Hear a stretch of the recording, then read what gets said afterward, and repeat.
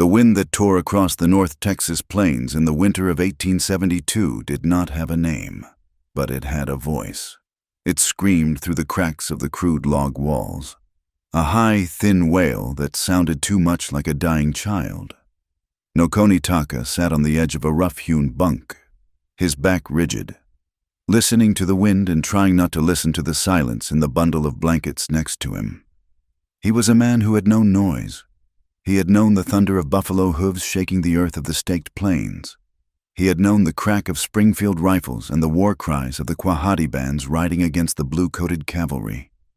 He had been Noko the Wanderer, a warrior whose name meant he who turns back. But he had never turned back from a fight. Now, he was terrified of a silence that weighed less than 10 pounds. He looked down at his hands. They were large hands, scarred from skinning knives and bowstrings, the skin the color of polished saddle leather. In his left palm rested a small tin spoon. Bent at the handle, it looked ridiculous there, a fragile tool for a man built for breaking things. "Drink," Noko whispered. The English word felt heavy on his tongue, but he used it because the trader at the post office had told him English was the language of the future, and he wanted his daughter to have a future. Little Star did not drink. She lay in the nest of buffalo robes and wool blankets, her face pale and pinched. She was 3 months old, but she looked smaller than she had a week ago. Her eyes, dark and glassy, stared up at the roof beams where the soot from the fire had stained the wood. Her mouth was open slightly, seeking, but when Noko tilted the spoon of goat's milk against her lips, she turned her head away weakly. The milk, thin and bluish, trickled down her chin and onto the blanket. Noko wiped it away with his thumb. His touch was gentle, terrifyingly so. He felt the heat radiating from her skin, a dry, parched heat that spoke of a hunger going too deep. "Atsina," he murmured, invoking the name he was not supposed to speak, for the dead should be let go. But he could not let her go.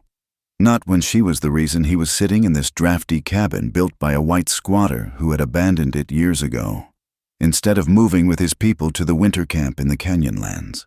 Atsina died 6 days after the birth. The fever had come upon her like a brush fire, burning her up from the inside.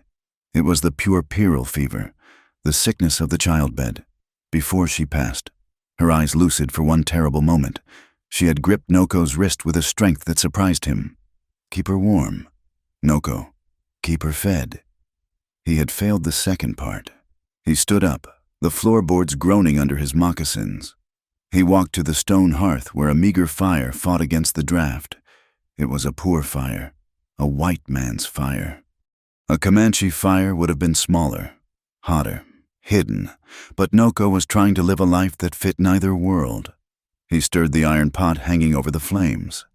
Inside was a gruel made of cornmeal and water, cooked until it was a thin paste. He had traded his second-best rifle for the nanny goat tied up in the lean-to outside. The goat was old and stubborn, her milk production scanty. He had tried to feed the baby the milk raw. He had tried boiling it. He had tried mixing it with the corn gruel. Little Star rejected it all. Her stomach was knotted. Her digestion stopped. She needed the sweet, rich milk of a mother. She needed what Noko, with all his strength and all his will, could not give. He dipped a finger into the gruel, testing the heat. It was warm, not hot. He went back to the bunk and picked her up. She was so light, it felt like holding a bundle of dry grass. "Please," he said to the air, to the spirits, to the Christian God the missionary spoke of, "please eat." He forced the spoon between her lips again. She gagged, a tiny, wet sound that tore at his heart. She spat it out, and then she began to cry. It was not the lusty, demanding cry of a healthy infant. It was a rasping, dry sound, a kitten mewling in the rain.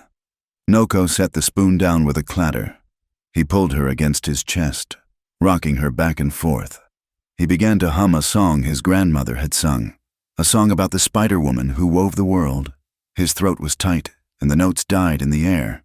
Outside, the wind gusted, rattling the heavy wooden door on its leather hinges. It reminded him of where he was. He was on the edge, To the north lay the Indian Territory, where the tribes were being herded like cattle. To the south and east lay the settlements of the Texans, the encroaching tide of fences and plows. He was in the middle, on a patch of bottomland near the creek, a place that belonged to no one and everyone. He was a man alone. The next morning, the sun rose pale and distant, offering light but no heat. The frost lay thick on the dead grass, turning the prairie into a sea of silver. Noko wrapped Little Star in 3 layers of blankets and strapped her to the cradle board he had carved from willow wood. He covered the board with a heavy woolen shawl, leaving only a small slit for air. He needed supplies. He needed advice. He needed a miracle. He saddled his horse, a roan mare with a white stocking on her left foreleg. She was a good horse, sure-footed and calm. He mounted up, the cradle board secured to his back, and rode south toward the settlement of Cross Creek. Cross Creek was not much of a town. It was a scar on the land consisting of a blacksmith shop, a livery stable, a few dozen houses scattered like thrown dice, and a general store that doubled as a trading post. As Noko rode down the main rutted street, he felt the eyes on him. He sat tall in the saddle, his face impassive. He wore buckskin leggings and a heavy buffalo coat, but he had cut his hair shorter than was traditional, a concession to the world he was trying to navigate. It did not matter. To the people peering from behind calico curtains and cracking open doors, he was a savage. He was the enemy who had burned barns and stolen horses in the raids of the 60s. He pulled up in front of the trading post. The sign above the door read, Voss Company, Dry Goods and Hardware. Noko tied the mare to the hitching rail. He could hear the men on the porch stop talking as he approached. There were 3 of them, huddled in sheepskin coats, passing a bottle of whiskey between them despite the early hour. "Morning," one of them grunted, not looking at Noko but looking at the horse. "That is a fine animal for a heat." Noko ignored the slur. He checked the straps on the cradle board, ensuring the wind could not get in, and stepped up onto the porch. He moved with the fluid grace of a predator, silent and balanced. The men shifted, giving him a wide berth. Inside, the store smelled of coffee beans, raw wool, and kerosene. Harlan Voss stood behind the counter. He was a man of 40 years, with a face that looked like it had been carved out of suet pale, soft but with hard, small eyes like flint. He wore a checkered vest that strained against his midsection. Voss wiped his hands on a rag as Noko approached. "Well now," Voss said, his voice oily. "If it isn't the homesteader, what do you need today?" "Noko, more cornmeal bullets." "Sugar," Noko said, "and soft flannel cloth." Voss raised an eyebrow. "Sugar, that is luxury goods. Friend, $2 a sack." It was a robbery. The price was double what it had been a month ago. Noko knew it, and Voss knew he knew it. $1.50, Noko said. Voss leaned over the counter. "Supply and demand. The winter is hard. Wagons are not getting through. $2. Noko reached into his coat and pulled out a small leather pouch. He counted out the coins. Silver dollars and quarters. It was most of what he had left from trading his furs in the autumn. He pushed the money across the scarred wood. "And the cloth," Noko said. Voss fetched the items. As he wrapped the sugar, his eyes flicked to the cradle board on Noko's back. Little Star was quiet, likely sleeping from exhaustion. "How's the little one?" Voss asked.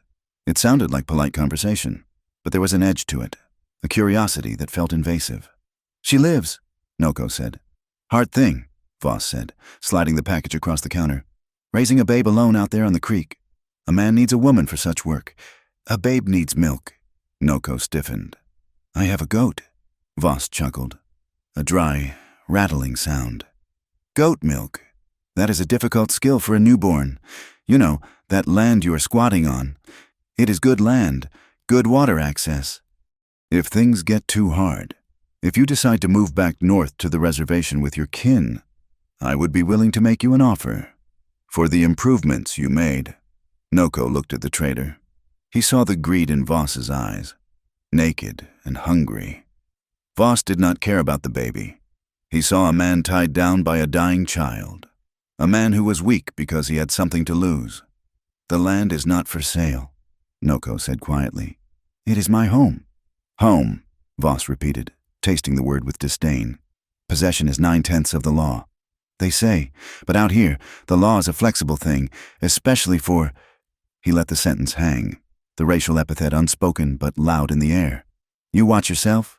Noko, winter has a way of taking things." Noko took his supplies and turned to leave. He wanted to strike the man. He wanted to reach across the counter and wipe that smug look off his face. But he felt the weight on his back. He was a father now, not a warrior. He walked out. The ride back was colder. The sugar and flannel felt like useless weights in his saddlebags. What he needed was not sugar. He needed life. As he passed the outskirts of the settlement, he saw a farmhouse with smoke curling from the chimney. It was the Miller place. He knew they had a milk cow. He had seen Mrs.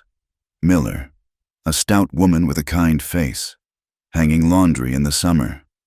Desperation clawed at his throat. He pulled on the reins, turning the mare toward the farmhouse. This was dangerous. A Comanche riding up to a settler's house unannounced could be shot before he spoke a word. He stopped 50 yards from the porch. He did not dismount. He waited. The door opened. A man stepped out, holding a double-barreled shotgun. It was John Miller. "That is close enough," Miller shouted. The wind whipped his words away, but the threat was clear. "I mean no harm," Noko shouted back. "My daughter, she is sick. She needs milk, fresh milk." Miller did not lower the gun. "We have nothing for you here. Indian, get on." "I will pay," Noko yelled, his pride crumbling like dry land. "I will work, chop wood, fix fences. Just a little milk." A woman appeared in the doorway behind Miller. "Mrs. Miller." She looked at Noko, then at the bundle on his back. For a second, Noko saw hesitation in her face, a flicker of maternal instinct. "John," she said, touching her husband's arm. "Get inside. Martha!" Miller snapped. He raised the gun to his shoulder. "I told you to ride on. We do not want your trouble here. Go back to your own kind." Noko sat there for a long moment. He could have killed Miller. The distance was nothing for a bow, and he had his Winchester in the scabbard. But killing Miller would not feed Little Star. It would only bring the Texas Rangers down on the cabin within 2 days. He wheeled the horse around and galloped away, the shame burning his cheeks hotter than the frostbite. Night had fallen by the time he reached the cabin. The wind had picked up, howling like a pack of wolves. The cold was a physical weight, pressing down on the roof. Inside, the fire had burned down to embers. The room was freezing. Noko worked frantically, feeding kindling to the coals, blowing until the flames leaped up. He lit the kerosene lantern, the yellow light pushing back the shadows but revealing the stark emptiness of the room. He unstrapped the cradleboard and laid it on the bed. He unwrapped the blankets. Little Star was awake, but she was too weak to cry. Her mouth moved silently. Her skin was gray. She looked like a spirit already, fading into the mist. Noko fell to his knees beside the bed. He felt a terror so absolute it made his hands shake. He was losing her. The goat milk was not working. The gruel was not working. She was starving to death in his arms. He was a man who could hunt the largest beasts on the prairie, but could not find food for a 10-pound child. He heated water and mixed a little sugar into it, soaking a rag and dripping it into her mouth. She swallowed a drop, then coughed. He sat back on his heels, his head in his hands. The wind battered the walls. He thought of Voss's words. Winter has a way of taking things. No, he stood up. He paced the small floor. 4 steps one way, 4 steps back. He looked at the piece of slate Atsina had used to tally skins. He looked at the piece of chalk the missionary teacher had given him years ago when he had briefly tried to learn the white man's letters. He had pride. He was Comanche. He was Noko. But looking at the fading light in his daughter's eyes, he realized that pride was a luxury he could no longer afford. Pride was for men with full bellies and living wives. He took the slate. His hand trembled as he remembered the shapes of the letters. He wrote slowly, the English characters blocky and uneven. Baby needs milk. Mother gone. Please help. He stared at the words. They were a surrender. They were a plea. He took a hammer and a nail. He went to the door, opened it to the biting wind, and walked out to the fence post that marked the entrance to the trail leading to his cabin. It was dark, but he knew the way by feel. He nailed the slate to the post. The sound of the hammer striking the nail rang out like a gunshot in the empty night. Clang, clang, clang. He stood there for a moment, the wind tearing at his long hair, the cold seeping into his bones. He looked out at the vast, empty darkness of the prairie. Somewhere out there were people with warm houses and full tables. Somewhere out there was Voss, waiting for him to fail. Noko turned and walked back to the cabin. The light from his window was a tiny, flickering orange dot in a universe of black ice. It looked fragile. It looked like a match held up against a hurricane. He went inside and barred the door. He picked up his daughter and sat in the rocking chair he had made for Atsina. He placed her against his chest, skin to skin, trying to will his own life force into her. "Hold on, little star," he whispered into the darkness. "Hold on." The wind howled, and the fire crackled, and the long night began. The wind did not relent.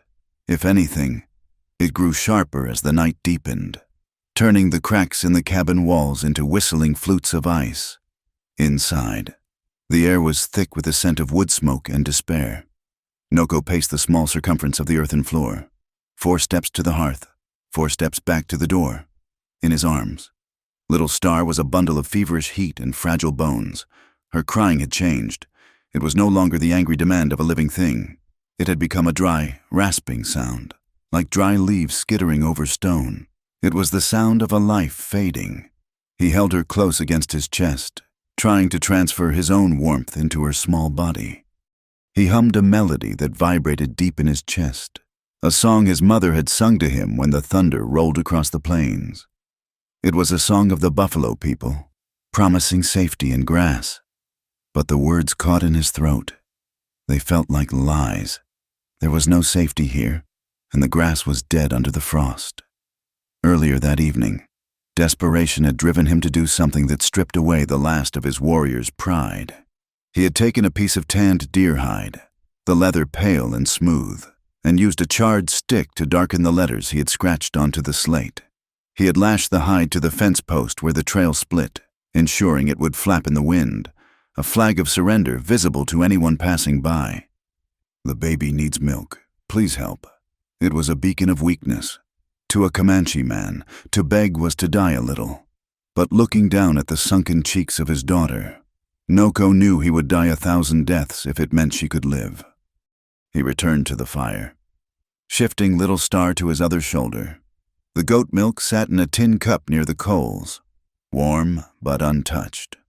She would not take it. Her body knew what it needed, and it was not the thin, goaty fluid of an animal. She needed the essence of a mother. The hours stretched out, measured only by the rhythmic thud of his moccasins on the dirt and the rattle of the door in its frame. He was alone.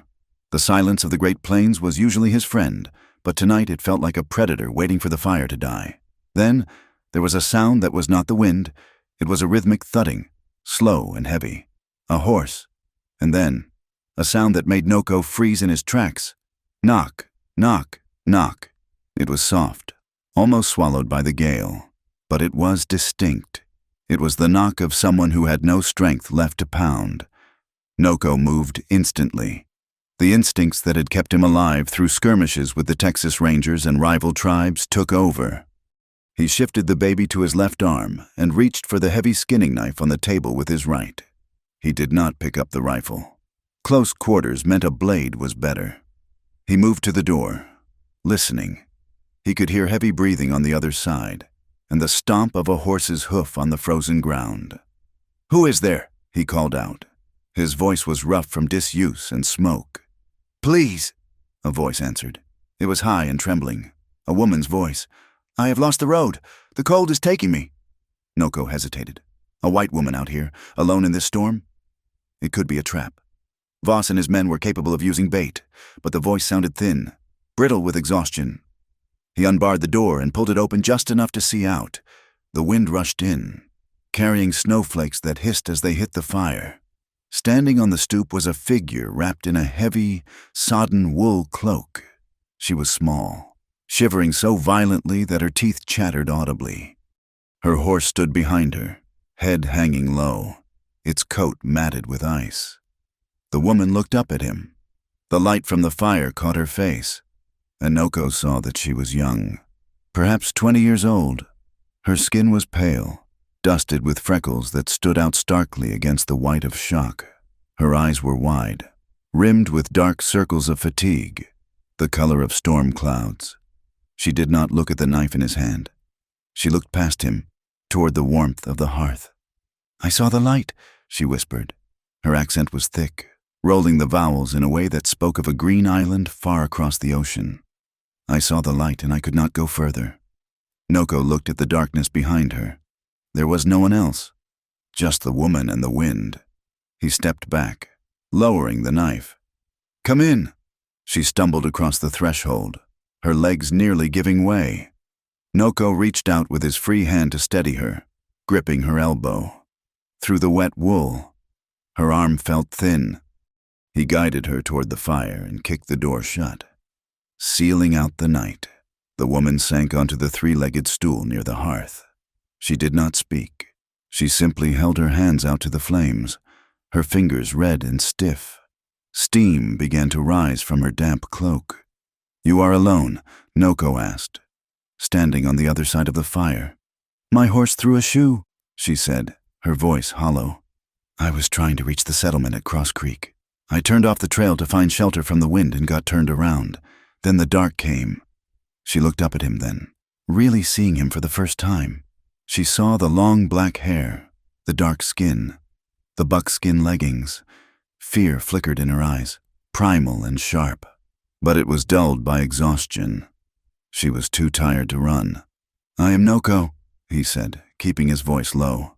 "Maeve," she replied. "Maeve O'Rourke." At that moment, Little Star woke up. The baby let out a cry that tore through the cabin. It was a high, frantic shriek of hunger, sudden and piercing. Maeve flinched. The sound seemed to hit her physically. She sat up straighter, her hands flying to her chest. She gasped, a sharp intake of breath as if she had been stung. Noko rocked the baby, bouncing gently on the balls of his feet. "Shh, Little Star, shh." The baby would not be soothed. She twisted in his arms, her small mouth rooting against his buckskin shirt, searching for something that was not there. Maeve was staring at the baby. Her eyes were locked on the small, squirming bundle. Noko saw a look of agony cross her face, a pain so raw it looked physical. She gripped the front of her dress, her knuckles white. Then Noko saw it. On the front of her bodice, beneath the open cloak, two dark, wet circles were spreading across the fabric. The baby screamed again, a desperate, hungry wail. Maeve let out a low moan.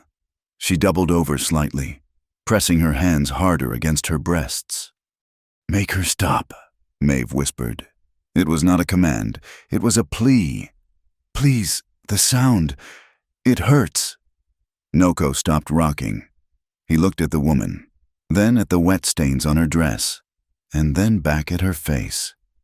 He understood biology. He had raised horses. He had seen the buffalo calve. He knew what those stains meant. "You have a child?" Noko asked. Maeve shook her head violently. Tears, hot and fast, spilled over her lashes and tracked through the dust on her cheeks. "No," she choked out. "No child, not anymore." She looked up at him, her face twisted in a mixture of shame and grief. "He died 2 months ago. The fever took him. He was only 6 weeks old." Noko stood frozen. The information settled on him like a heavy stone. A mother without a child without a mother. "But the milk," Maeve said, her voice trembling. "I do not know. My body is stupid. It does not know he is gone. Every time I hear a baby cry, every time I think of him, it comes. It burns like fire." Little Star's cries were turning into weak, gasping sobs. She was exhausting herself. Noko looked at his daughter, Her face was red, her eyes squeezed shut. She was dying of hunger, and 5 feet away sat a woman who was in pain from an abundance of life. The air in the cabin grew heavy with the weight of the unspoken.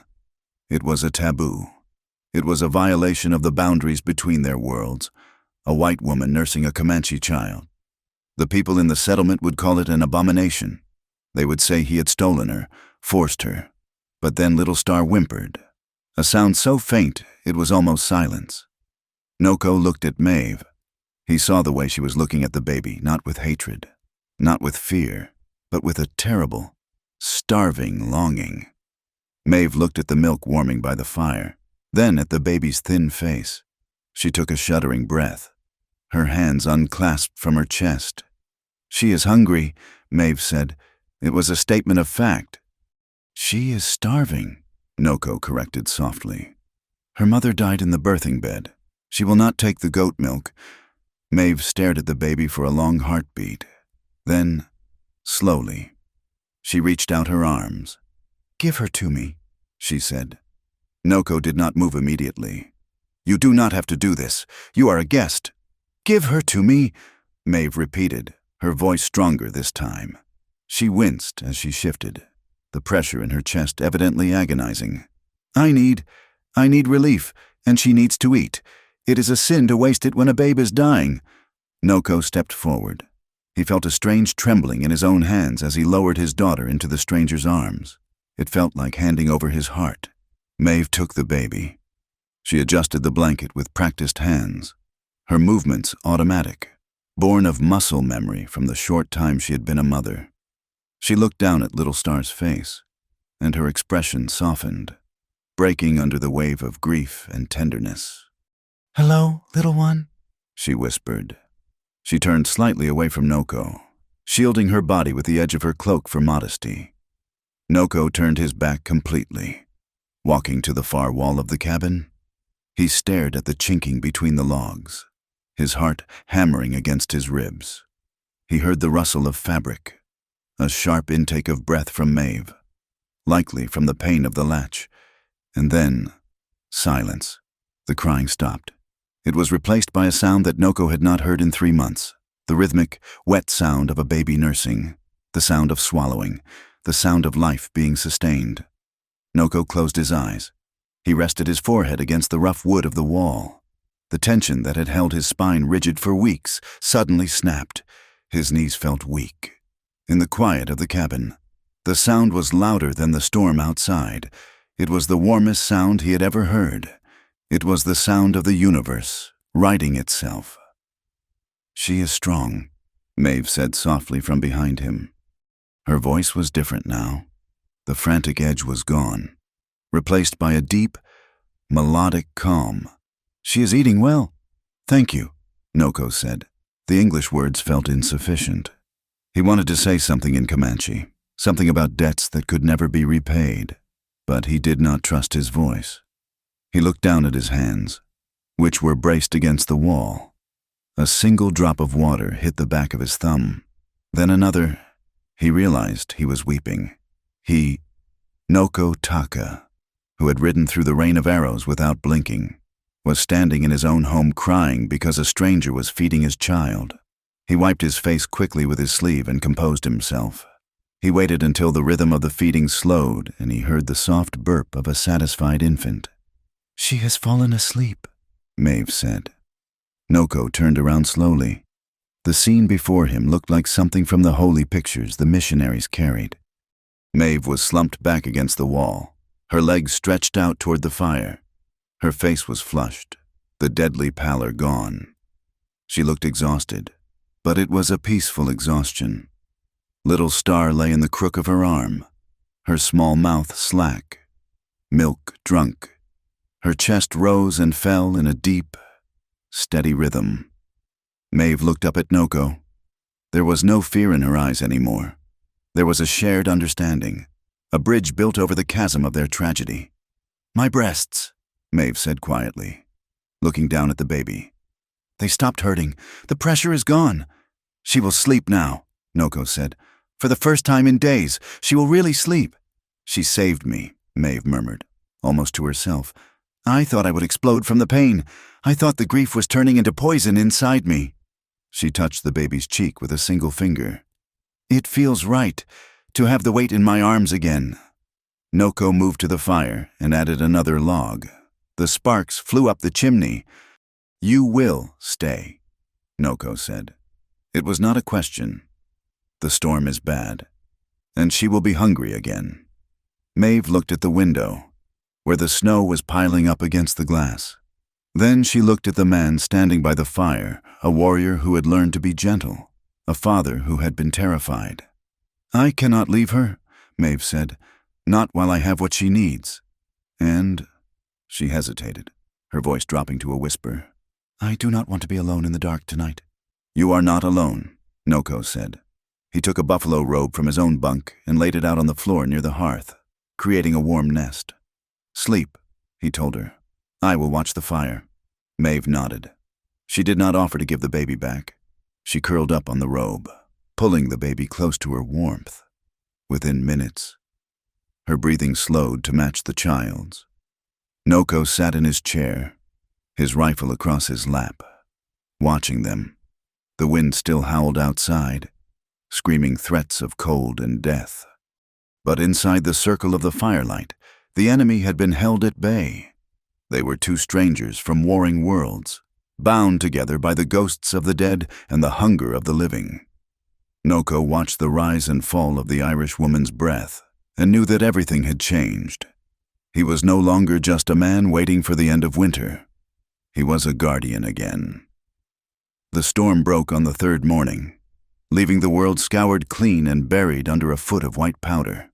The silence that followed was heavy, broken only by the sharp crack of freezing timber and the soft, rhythmic sounds of life inside the cabin. Maeve O'Rourke did not leave when the snow stopped. She could not. Little Star was a tether that pulled tight every 3 hours, a biological clock that dictated the rhythm of their days. Noko watched the routine form with a sense of wonder that sat uneasily next to his vigilance. He built a partition in the corner of the room using spare lumber and cured hides, creating a small, private space for Maeve. He did it without being asked, his hammer strikes muffled by the snow piled against the outer walls. When he finished, he gestured to it with a nod. He did not say that a white woman should not sleep on a buffalo robe on the floor forever. He just built the bed, stuffed the mattress with dried prairie grass, and walked away to check the fire. Maeve accepted the kindness with a quiet dip of her head.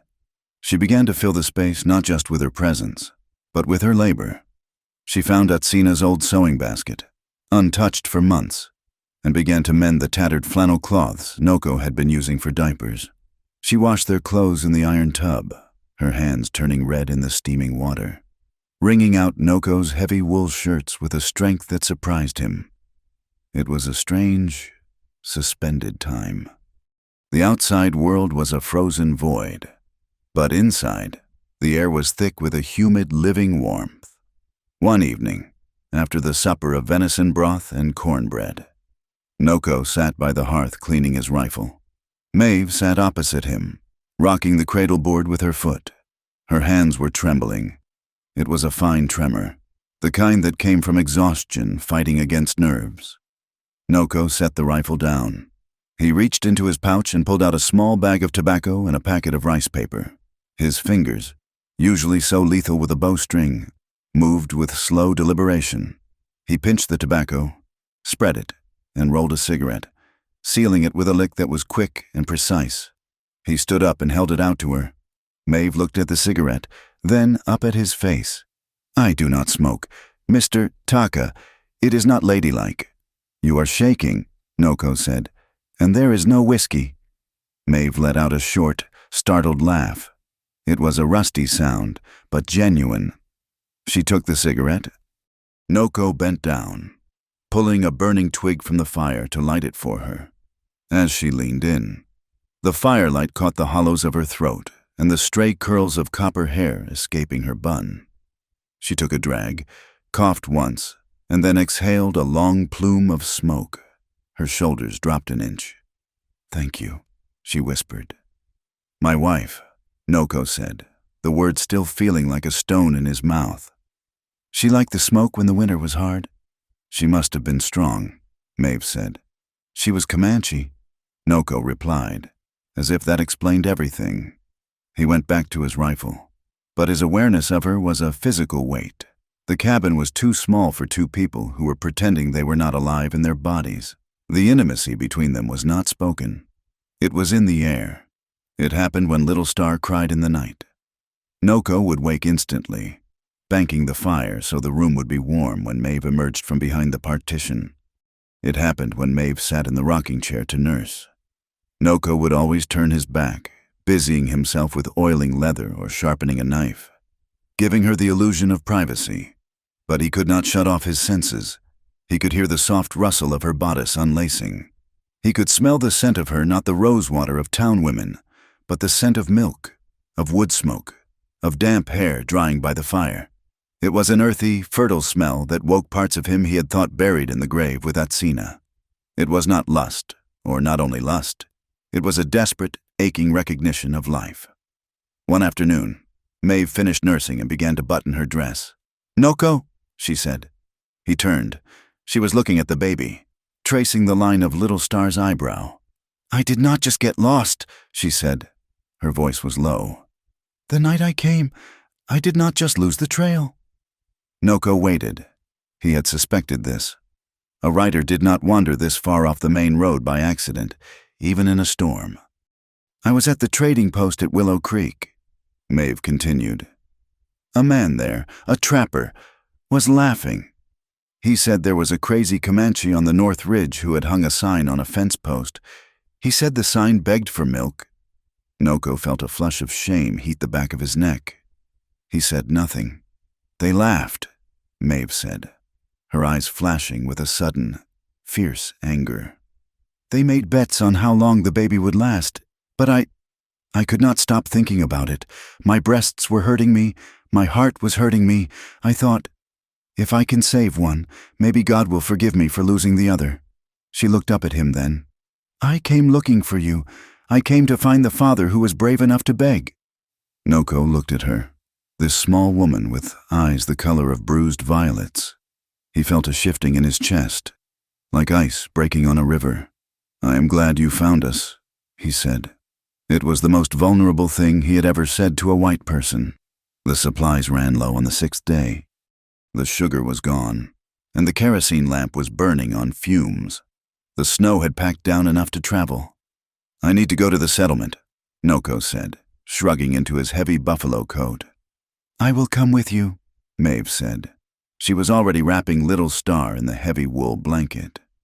Noko frowned. "It is not safe. The people there, they have tongues like snakes."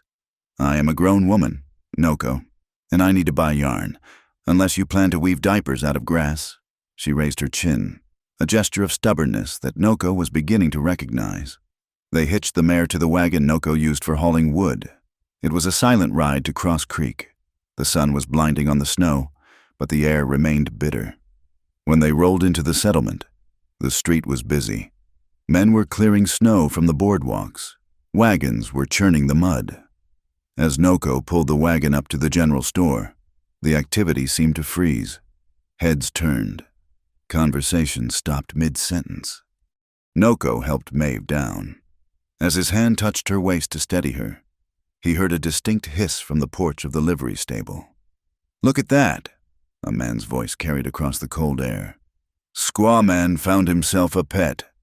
Noko stiffened. He felt the familiar red mist of combat rising, the urge to reach for the knife at his belt. But then he felt Maeve's hand on his forearm. Her grip was tight. "Ignore them," she murmured, though her face had gone pale. "We are here for salt and oil." They walked into the store. The bell above the door jingled cheerfully, a stark contrast to the silence that fell over the room. 3 women were standing by the fabric bolts. They looked at Maeve, then at the Comanche man beside her, then at the baby in Maeve's arms. One of the women, the baker's wife, gathered her skirts and turned her back deliberately. "The air is foul here suddenly," she said to her companion. Maeve flinched as if slapped. She held Little Star tighter. Noko moved to the counter. The clerk, a young boy who looked terrified, took his order. Noko kept his body angled between the room and Maeve. A human shield. He could hear the whispers now, buzzing like hornets. That is the O'Rourke widow, isn't it? Living out there in a hut with a savage. Trading her virtue for a roof, if you ask me. Or maybe she is a captive.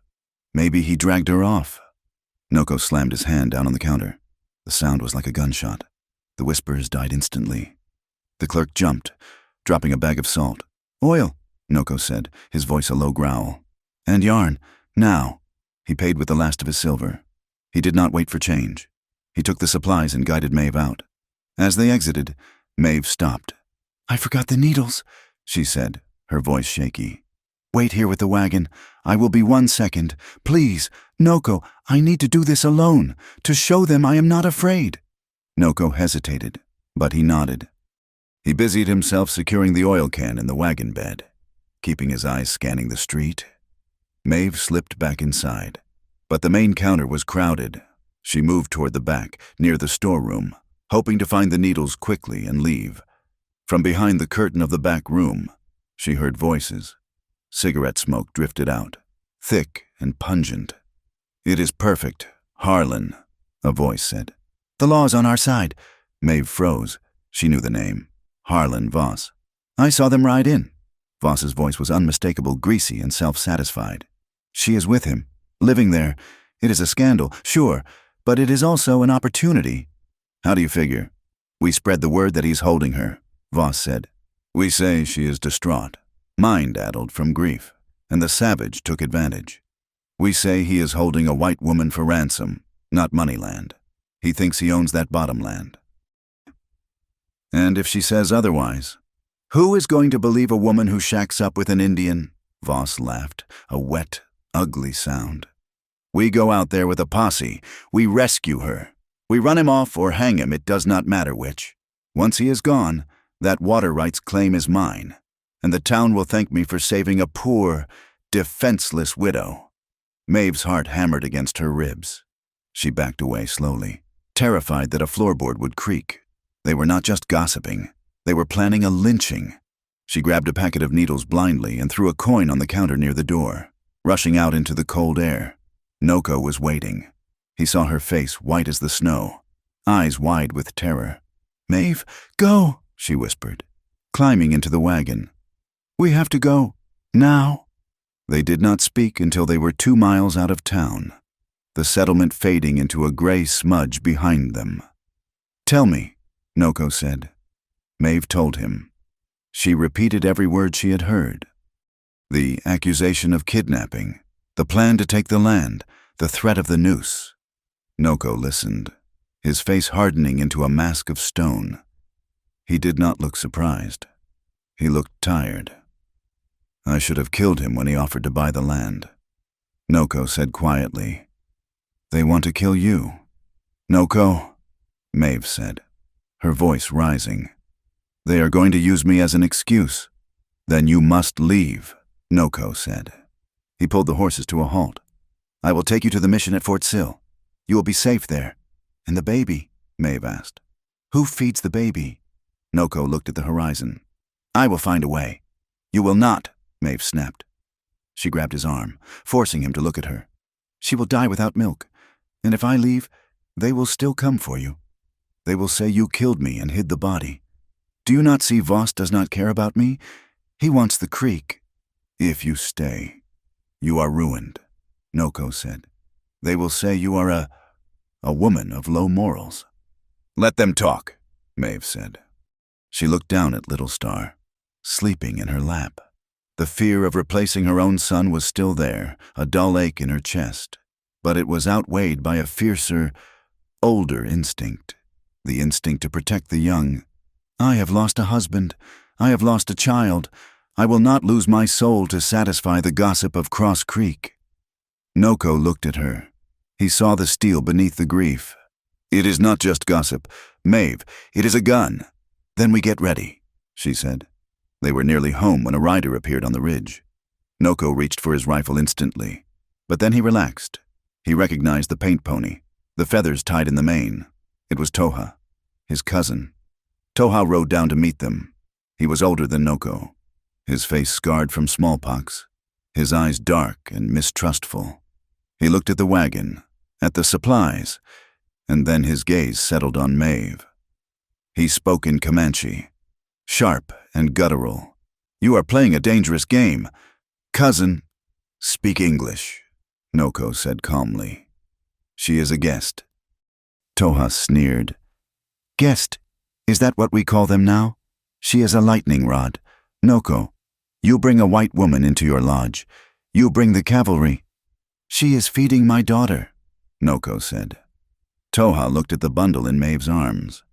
His expression softened for a fraction of a second, then hardened again. "The wolf does not nurse the lamb. Noko, eventually, nature comes out." He turned his horse, looking back toward the settlement. "I heard talk at the trading post. Men are drinking, men are cleaning guns. Voss is buying rounds of whiskey and talking about justice. You are alone out here." "I am not alone," Noko said. Toha laughed bitterly. "You think she counts? She is the bait. Noko, they will come for her, and they will bury you." "Why are you here, Toha?" "To tell you to run," Toha said. "Leave the cabin. Leave the land. Come north to the canyon. The tribe is moving. We can hide you." "And the baby?" Noko asked. "Can she survive a winter trek to the canyon?" Toha fell silent. They both knew the answer. A winter march killed the strong.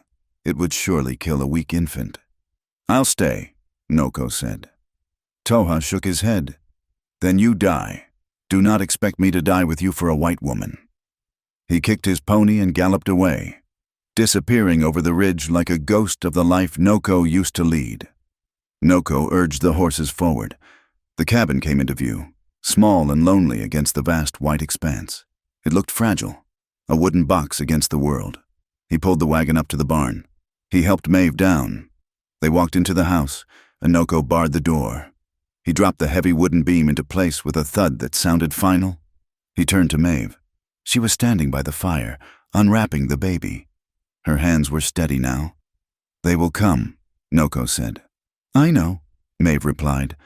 "I cannot fight them all," Noko said. "I am one man." "You are not just fighting for land anymore." "Noko," Maeve said softly. She sat in the rocking chair and began to unbutton her dress. "You are fighting for a home." Noko watched her. He watched the way the firelight played on her face. He realized then that Toha was wrong. She was not bait. She was the anchor. He walked to the corner where his old war chest sat. He opened it and pulled out a heavy belt of cartridges. He took his bow from the wall. Testing the tension of the string, the goal had changed. It was no longer just about keeping a baby fed. It was about proving a truth that the world refused to see, that a Comanche man and an Irish woman could build a wall against the wind. "Let them come," Noko whispered. He sat by the window, rifle across his knees, and watched the darkness gather. The following afternoon, the horizon spat out trouble. It began as a smudge of dust against the pale winter sky, growing steadily into the shapes of 4 riders. Noko had been expecting them. He had spent the morning reinforcing the shutters and checking the sight lines from the cabin windows. When he saw the silhouettes crest the ridge, he did not panic. He simply picked up his Winchester and stepped out onto the porch, closing the heavy door behind him. He stood with his feet shoulder-width apart, the rifle cradled in the crook of his arm, barrel pointing at the frozen earth. He looked like a statue carved from ironwood. The riders slowed as they approached the yard. Harlan Voss was in the lead, riding a heavy bay gelding that looked well-fed. Flanking him were 2 men Noko did not know, hard-faced drifters with low-slung holsters, and a 4th man wearing a tin star pinned to a coat that was 2 sizes too big. They stopped 10 yards from the porch. The horses blew steam into the frigid air. "Good afternoon, Noko," Voss said. His voice was loud, carrying a forced cheerfulness that grated on the nerves. "Cold day standing outside." State your business," Noko said. Voss smiled, but it did not reach his eyes. He gestured to the man with the star. "This is Deputy Wilson. He is representing the county law today. We have some official business to discuss." The deputy shifted in his saddle. He looked young, nervous, and his badge looked like it had been cut from a bean can. Noko knew a Texas Ranger when he saw one, and he knew a county sheriff. This man was neither. He was a hired gun dressed in a costume. "I see no law here," Noko said. "I see a shopkeeper and 3 trespassers." Voss's smile vanished. "Now, listen here. I have paperwork, old debts attached to this land from the previous squatter. Debts that I bought, by rights. This cabin and the creek access belong to Voss and Company. But I am a reasonable man. I am not here to throw you out in the snow today." Voss leaned forward over his saddle horn. "I am here for the woman, Mrs. O'Rourke. We know you are holding her. The deputy here has a warrant for her retrieval, for her own safety." "Inside the cabin?" Maeve pressed her back against the rough logs of the wall. Her heart was hammering against her ribs like a trapped bird. She could hear every word. Holding her. They were turning Noko into a captor. "She is not a prisoner," Noko said calmly. "She is free to go if she wishes. She chooses to stay." "Does she?" Voss laughed. "A white woman choosing to winter in a shack with a Comanche buck? I do not think a judge would believe that. I think he would say she is suffering from hysteria. Or maybe she is being threatened." The fake deputy cleared his throat. "We need to see her. Son, send her out." Noko did not move. He calculated the odds. 4 men. He had 5 rounds in the rifle and a Colt on his hip. He could drop Voss and the deputy before they cleared leather, but the other 2 were already drifting to the sides, widening their angle of fire. If shooting started, bullets would tear through the thin wood of the cabin. Little Star was there. "She is nursing my daughter," Noko said. "She will not be disturbed." Voss's face reddened. "Now you listen to me. Savage, you are playing a dangerous game. You think because you cut your hair you are one of us. You are a squatter and a kidnapper. I'm giving you until tomorrow morning. You bring the woman to town, and you vacate this property. If you do not, we come back. And next time, we do not come to talk." Voss wheeled his horse around. "Let us go, boys. We will let him think about it." They rode off, the sound of their hooves heavy on the frozen ground. Noko watched them until they disappeared over the ridge. Only then did he let out a long, slow breath. His hands were steady, but his blood was hot. He turned and went back inside. Maeve was standing by the hearth, clutching a shawl around her shoulders. Her face was ashen. "They are coming back," she whispered. "Yes," Noko said. He barred the door. "They want the land," Maeve said, "but they are using me to get it. If I am here, they have an excuse to kill you." "They will find an excuse regardless," Noko said. He walked to the window and began to nail a heavy board across it, leaving only a narrow slit for a rifle barrel. "Voss wants the water. The excuse does not matter." "It matters to the town," Maeve argued, her voice rising. "If they think I am a captive, every man with a gun will join his posse. They will burn this place down. Noko, with the baby inside." Noko stopped hammering. He looked at her. "I will not let them burn it." "You cannot fight a whole town," Maeve said. Tears welled in her eyes. "I am the poison. Noko, don't you see I am the reason they feel righteous about coming here?" "You are the reason my daughter is alive," Noko said firmly. "That is all that matters." He went back to his work, checking the ammunition, sharpening his knife. He moved with the singular focus of a soldier preparing for a siege. He did not see the way Maeve looked at Little Star sleeping in the cradleboard. He did not see the desperate calculation in her eyes. Night fell heavy and black. The wind picked up again, not bringing snow this time, but a dry, biting dust that scoured the walls. Noko stayed awake for hours, sitting by the door, listening, but exhaustion was a relentless enemy. Around 3 a.m, his head dipped. He did not fall asleep, but he drifted into that gray state between waking and dreaming, where the sound of the wind sounded like old war songs. Maeve did not sleep. She lay on her pallet, staring at the ceiling. She replayed Voss's words in her mind. "Kidnapper, savage." She thought of the hate in the eyes of the townspeople. As long as she was here, Noko was a target. If she left, if she disappeared, Voss's argument would crumble. He would just be a greedy man trying to steal land, without the moral outrage of a captive white woman to hide behind. She made her decision. It was a decision born of panic and a fierce, misguided love. She rose silently. She moved like a ghost. She packed a small satchel with the remaining dried meat and a flask of water. She put on her heavy cloak, then she went to the cradle board. Little Star was sleeping soundly. Maeve hesitated. She could leave the baby, but the baby needed milk. If she left the baby, Little Star would starve before the siege was over. And if she took the baby to the mission at Fort Sill, 20 miles to the east, they would both be safe. The nuns would take them in. Noko could come for her later, when the heat had died down. It was a foolish plan. It was a plan made by a woman who did not know the territory, a woman driven by the fear of seeing another man she cared for die. She raised the baby gently. Little Star stirred but did not cry. Maeve wrapped the heavy wool blankets around the infant. Shielding her face, she looked at Noko one last time. He was slumped in the chair, his rifle across his lap. She wanted to wake him. She wanted to kiss his forehead, but she knew he would stop her. "Forgive me," she mouthed. She slipped the bolt on the back door, the small door Noko used for bringing in wood. It opened with a soft groan that was lost in the howling of the wind. She stepped out into the night. The cold hit her like a physical blow. It was absolute and terrifying, but Maeve lowered her head, clutched the baby to her chest, and began to walk. The prairie at night was not empty. It was full of wind and shadows that moved. Maeve had thought she knew the direction of the mission. She had seen the map in Noko's head when he spoke of it, east, toward the rising sun. But there was no sun. There were no stars. The dust kicked up by the wind blotted out the sky. After 1 hour, her feet were numb. The ground was uneven, hidden beneath patches of old snow and tumbleweeds. She stumbled, falling to her knees. She twisted her body to keep the baby from hitting the ground.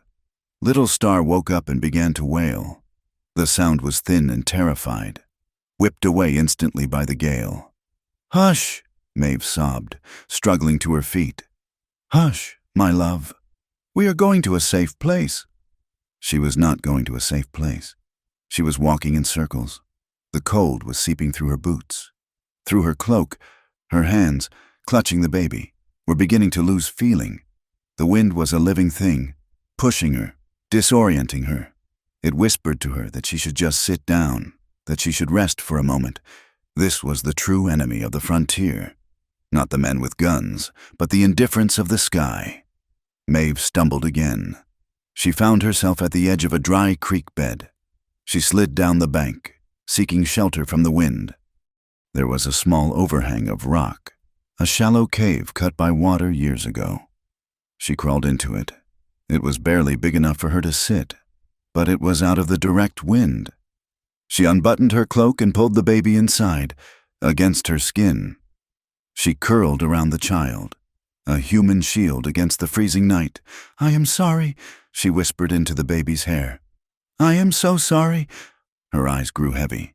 The terror was fading, replaced by a strange, warm drowsiness. She knew what this was. She had heard stories of freezing men who tore off their clothes because they felt hot before they died. She held Little Star tighter. "Take my heat," she thought. "Take it all." Noko woke up with a start. The fire had died down to embers. The silence in the cabin was wrong. It was too absolute. "Maeve!" He stood up. The leather of his chair creaked. He looked at the partition. The curtain was open. The bed was empty. He looked at the cradle board. Empty. A cold sharper than the winter air pierced his chest. It was the feeling of a knife twisting. "No," he said. He ran to the back door. It was unlatched, swinging slightly in the draft. He pushed it open and looked out. The ground was hard, swept by the wind. He did not waste time shouting. He grabbed his coat, his rifle, and a lantern. He ran to the barn and saddled the mare. His hands moved with a blurring speed, tying knots, buckling straps. He mounted and rode out. He did not ride blindly. He was Noko Taka. He had tracked Apache raiders over stone. He had tracked wolf packs through blizzards. He rode to the edge of the yard. He dismounted and held the lantern low. The wind had scrubbed the earth, but here, in the lee of the woodpile, there was a faint impression. A boot heel. A woman's boot, pointing east. The mission, Noko said aloud. Foolish woman. He remounted and spurred the horse. He rode with his head down, reading the land. He looked for broken stems of sagebrush. He looked for the slight disturbance in the drift of the dust. The wind was trying to hide her, but Noko knew the wind. He knew how it moved. He anticipated where a person blinded by cold would walk. They would drift to the right. They would seek low ground. He rode for 2 miles. The darkness was lifting, turning into a bruised purple gray. Then he saw it. A scrap of blue wool snagged on a mesquite bush. A piece of her cloak. He turned the horse toward the dry creek bed. Maeve, he roared. His voice cracked. He saw the dark shape in the hollow of the bank.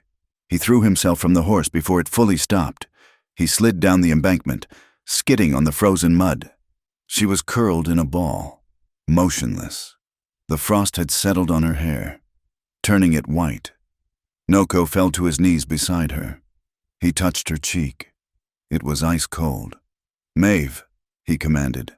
Wake up. She did not move. He frantically pulled the cloak open. Beneath the layers, Little Star was warm. She was sleeping, fed by the last of Maeve's warmth. But Maeve's pulse was a faint, thready flutter in her neck. Noko did not panic. Panic was for men who surrendered. He gathered them both into his arms. He was strong, but lifting them together was a test of every muscle in his back. He carried them up the bank. He wrapped them in the buffalo robes he had brought.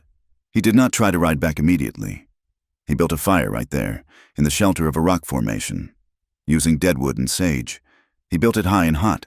He sat with Maeve between his legs, her back to his chest, rubbing her arms, her hands. He chafed her skin until it turned red. Come back, he growled in her ear. You do not get to leave. I forbid it. Maeve gasped. It was a painful, rattling intake of air. Her body convulsed in a violent shiver. Noko. Her voice was a whisper, brittle as glass. I am here, he said. I have you. She began to weep. It was not the weeping of sadness, but the weeping of blood returning to frozen limbs. The baby. I tried. I thought if I left... Hush, Noko said. He held her tighter. You thought to save us. You nearly killed yourself. I was so scared, she confessed, turning her face into his coat. I looked at her, and I loved her so much it felt like I was going to die. I could not let them hurt her because of me. Noko rested his chin on the top of her head. The terror of the last hour was draining out of him, leaving him trembling. You love her, Noko said, like a mother. Yes, Maeve sobbed. God help me. Yes, I love her like she is my own, and I'm terrified. Everyone I love dies. Noko, everyone! Noko turned to her so she faced him. The firelight danced in his dark eyes. Not everyone, he said. I am not dead. She is not dead. He took a breath, the cold air stinging his lungs. I made a mistake too. Maeve, when Atsina died, I wanted to die. I sat in that cabin and waited for the end. I told myself I was a warrior, and a warrior does not know how to hold a baby. I chose my grief over her life. He looked at Little Star, who was beginning to stir in the nest of blankets. I was wrong, Noko said. I am not a warrior anymore. I do not want to fight for glory. I do not want to fight for the tribe. I just want to be her father, and... He looked at Maeve, his hand coming up to brush the frost from her hair. I want to be the man who keeps you warm. Maeve looked at him. Her teeth were chattering, but her eyes were clear. You came for me, she said. I will always come for you. Noko said, no one takes what is mine, and you are my family, if you choose to be. Maeve reached out and took his hand. Her fingers were cold, but his were hot. She squeezed. Take us home. Noko, she said. The ride back was slow. The sun broke over the horizon, painting the snow in shades of pink and gold. It was a deceptive beauty. masking the brutality of the night. When they reached the cabin, Noko did not let Maeve walk. He carried her inside and placed her before the hearth. He built the fire until it roared. He heated stones and wrapped them in cloth, placing them at her feet. He made tea. He sat beside her on the floor. Maeve was wrapped in blankets, holding little Star, who was nursing again. The rhythm of the room had returned, but it was deeper now. The frantic fear was gone, replaced by a solemn understanding. Noko reached out and touched Maeve's hand where it rested on her knee. He did not pull away this time. He let his hand rest there, his thumb brushing her wrist. It was a touch of possession, but also of reverence. It was the touch of a man who had almost lost everything and had snatched it back from the brink. Maeve turned her hand over and interlaced her fingers with his. The contrast was stark, her pale, freckled skin against his dark, scarred hand. "We have to fight them," Maeve said softly. "Voss, the town. We cannot run." "No," Noko agreed. "We cannot run. Running is for prey. We are not prey." He looked into the fire, his mind working. The warrior in him was still there, but it was tempered now by the wisdom of the father. He knew he could not just shoot Voss. That would bring the army. He needed to fight Voss on his own ground, the ground of law and public opinion. "Voss relies on lies," Noko said.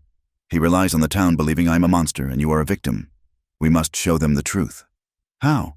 "There are good people," Noko said. "Not many, but some. Reverend Thomas, he taught me to write. He is a hard man, but he fears God more than he hates Indians." "And Mrs. Henderson," Maeve added. "The midwife, she helped me when my son was born. She knows I was grieving. If she sees the baby, if she sees us, we will bring them here," Noko said. "Tomorrow, before Voss returns with his posse. We will have witnesses. When Voss comes to rescue you, he will find a table set for tea and a man of God sitting by the fire." "A trap," Maeve said, a small smile touching her lips. "A trap," Noko agreed. "But a trap made of truth." He squeezed her hand one last time, then stood up. He went to the door and looked out at the white landscape. The wind had died down. The flag he had planted the deer hide asking for help was still there, flapping lazily against the post. He walked out, pulled the nail free, and took the sign down. He did not need it anymore. Help had come, and it had stayed. The sun was high now, a pale, unblinking eye staring down at the Texas plains. It offered no warmth, only a harsh, revealing light that stripped the landscape of its shadows. The snow from the previous night had begun to melt in patches, revealing the dark, scarred earth beneath. But the air remained bitter enough to freeze breath in the throat. Inside the cabin, the silence was heavy, vibrating with the tension of a drawn bowstring. Nokoni Taka stood by the window, peering through the slit in the boarded-up shutter. He was dressed in his best buckskins, the leather cleaned and oiled. He had tied his hair back with a strip of red cloth, a small nod to the warrior he used to be. But his face was the face of a man who had made peace with death long ago. "They are coming," Noko said. His voice was calm, anchoring the room. Maeve O'Rourke sat in the rocking chair near the hearth. She was wearing her gray wool dress, the one she had arrived in. Her hands were folded in her lap, gripping her knuckles so tightly the skin was white. Little Star slept on the cradleboard at her feet, oblivious to the storm of violence gathering on the horizon. "Is everything ready?" Maeve asked. She did not look up. She was focusing on breathing, on keeping her heart from beating out of her chest. "It is ready," Noko said. He turned to the three people standing in the shadows of the room's far corner. They were an unlikely council of war. There was Reverend Thomas, a tall, gaunt man with a face like a dried apple and a Bible that looked as battered as a saddle. He had been the one to teach Noko the alphabet years ago, believing that the word of God could be written in any tongue. Next to him stood Mrs. Henderson, the midwife from Cross Creek. She was a woman of 60 winters, stout and formidable, with hands that had pulled half the county into the world. She looked at Noko not with fear, but with a sharp, appraising curiosity. And finally, there was Silas Miller, not the man who had turned Noko away at gunpoint, but his brother, a trader who ran a freight wagon between the settlements and the Indian Territory. Silas had traded with Noko for years hides for coffee, turquoise for ammunition. He knew Noko's word was better than gold. "You stay out of sight," Noko instructed them. "Until I give the signal. Voss must believe I am alone. He must believe his lie is safe. He is a snake. Noko," Silas grunted, shifting the weight of the shotgun he held. "Snakes strike when you look away. Then we will make him look at us," Noko said. He picked up his Winchester rifle. He checked the chamber, though he had checked it 10 times already. Then he did something unexpected. He leaned the rifle against the wall. Just inside the doorframe, he would walk out empty-handed. "Noko," Maeve said, her voice trembling. "He will shoot you." "He wants to be the law," Noko said, turning to look at her. His dark eyes were soft for a moment. "The law does not shoot an unarmed man on his own porch, not with a crowd watching." He walked to her. He did not touch her, but he stood close enough that she could feel the heat of him. "Be brave," he whispered. "For Little Star." "For us," Maeve whispered back. Outside, the thunder of hooves grew louder. It was a heavy, rhythmic pounding that shook the ground. Noko unbarred the door. He took a deep breath of the wood smoke and the milk scent of the cabin, the smell of his home, and stepped out onto the porch. He closed the door behind him. Harlan Voss had brought an army. There were 12 men in total. Voss rode in the center, looking like a king on his high bay horse. He wore a heavy coat with a fur collar, and his hat was pulled low against the glare. To his right was the man with the tin star, the so-called Deputy Wilson. Behind them were 10 riders, hard men, drifters, the kind of men who hung around saloons waiting for $1 and a fight. They carried rifles, shotguns, and the casual arrogance of men who believe they hold all the cards. They fanned out in a semicircle around the front of the cabin, trampling the snow into mud. The horses snorted and stamped. Sensing the tension, Voss raised a hand, and the riders halted. "Well," Voss shouted, his voice booming across the yard. "I see you are still here. Noko, I thought you might have had the sense to run back to the reservation." Noko stood on the edge of the porch. He stood with his feet apart, his hands hanging loosely at his sides. He looked small against the backdrop of the vast, empty prairie, but he stood with the solidity of an oak tree. "This is my land," Noko said. His English was clear, precise. "I do not run from my home." Voss chuckled. He looked at his men, sharing a joke. "Your home, that is a matter for the courts, isn't it? But we are not here for real estate today. We are here for the woman." Voss leaned forward. "Send Mrs. O'Rourke out. Noko, we know you are holding her. We know you dragged her in there. Deputy Wilson here has a warrant for her protective custody." The fake deputy nodded, puffing out his chest. "That is right. Kidnapping is a hanging offense. Boy, make it easy on yourself." "She is not a prisoner," Noko said. "She is a guest. She is free to leave whenever she desires." "Is she?" Voss's voice hardened. "Then why hasn't she come out? Why is she hiding in a dark shack with a savage? I will tell you why. Because she is terrified. Because you have threatened her. Maybe you have done worse." A murmur of anger rippled through the posse. This was the narrative they wanted. The savage and the white victim. It made their violence righteous. "Come on out, Mrs. O'Rourke!" Voss yelled at the closed door. "It is safe now. We are here to save you." The door remained shut. "You see," Voss shouted to his men. "He has her bound, or maybe drugged. Break down the door, boys." 2 of the riders spurred their horses forward. Wait, the voice was not Noko's. It came from the cabin. The door latch clicked. The heavy wood swung open slowly. Maeve stepped out. She did not look like a victim. She had brushed her hair until it shone like copper. She stood straight, her chin lifted. She had wrapped her heavy wool cloak around her, clutching it closed with one hand. The 2 riders pulled their horses up. The yard went silent. "Mrs. O'Rourke," Voss said, his voice dripping with false concern. "Thank God. You are safe. Come down here, my dear. Get away from him." Maeve did not move. She looked at Voss, then at the men behind him. Her eyes were cold. "I am not in danger. Mr. Voss," she said. Her voice was not loud, but it carried on the wind. "I am exactly where I need to be." Voss's smile faltered. "Now, Maeve, you're in shock. We know what happened. We know he lured you here. We know he is forcing you to stay. Just walk to the horses. We will take you back to town. We will get you a doctor." "I do not need a doctor," Maeve said. "I need you to leave this family alone." "Family," Voss laughed, a sharp, ugly sound. "You call this a family? A widow and a Comanche buck. That is not a family, woman. That is a perversion. You are confused. You are grieving your husband and your dead baby. And this animal has taken advantage of your weak mind." He turned to the men. "She is delirious. Grab her." "I am not delirious," Maeve shouted. She stepped forward to the edge of the porch, standing shoulder to shoulder with Noko. "You want to know why I am here?" she demanded. "You want to know why a white woman would stay in this cabin?" "Because he threatened you," Voss yelled. "No," Maeve said. "Because of this." She let go of her cloak. She unbuttoned the top of her dress. It was a shocking gesture in the Victorian world of the frontier. The men gasped. Some looked away, but Maeve did not expose her skin for their pleasure.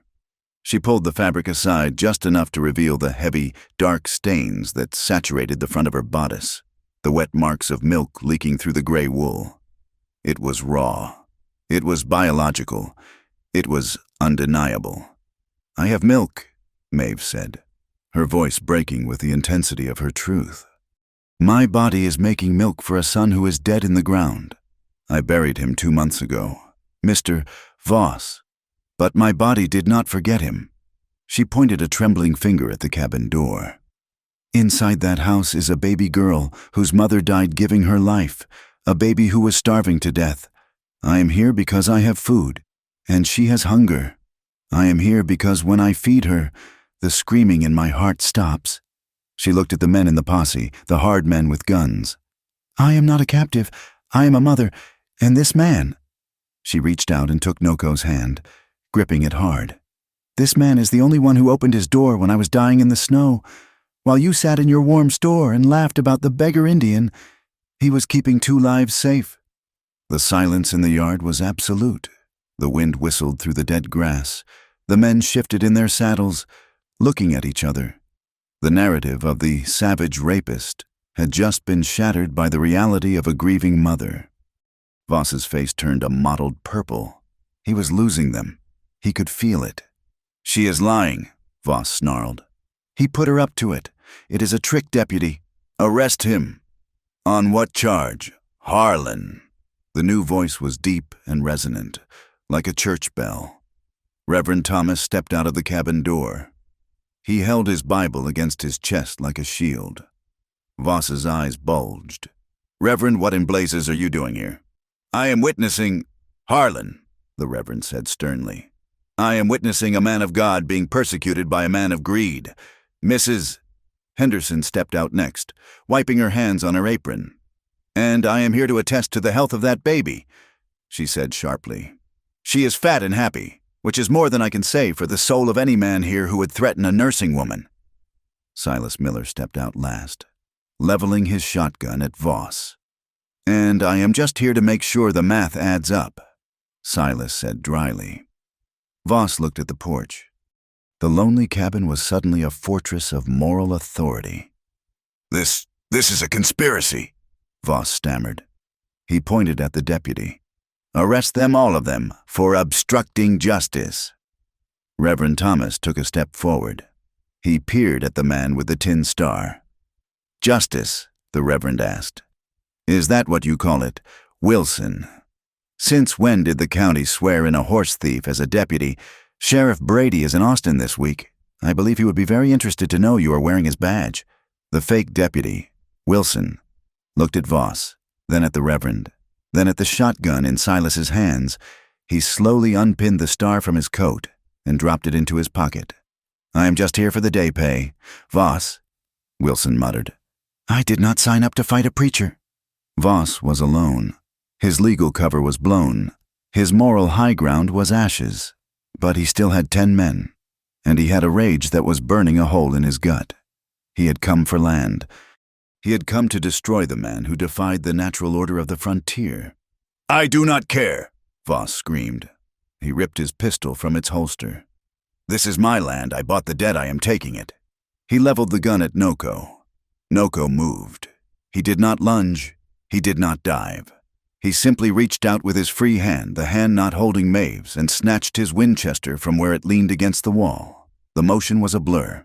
1 second his hand was empty. The next, the lever was cranked, and the barrel was leveled at Voss's chest. But Noko did not fire. The click of the hammer cocking echoed across the yard. Every man in the posse froze. Silas raised his shotgun. The men on horses raised their rifles. It was the edge of the cliff.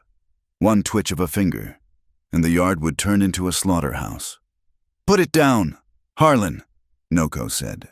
His voice was not loud, but it had the density of lead. "I will kill you, Indian," Voss hissed, his hand shaking. "You might," Noko said, "but you will be the first to die. My bullet will take you in the heart before you pull that trigger. And then Silas will take 2 of your men, and then the rest will kill us all. Is that the trade you want to make your life as a patch of dirt?" Noko took a step forward, placing himself slightly in front of Maeve. "Look at them," Noko said, nodding to the posse. "Look at the horizon. Harlan."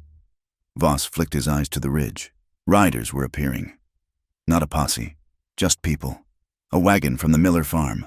A couple of ranchers who had heard the rumors. They were stopping on the hill, watching. They were witnesses. "The world is watching," Noko said. "You cannot bury this in the dark anymore." Noko lowered his aim slightly, not pointing at Voss's heart, but not pointing at the ground. He drew a line in the air with the barrel of his gun. "This porch is the border," Noko said. "Cross it, and it is war. Cross it, and you die.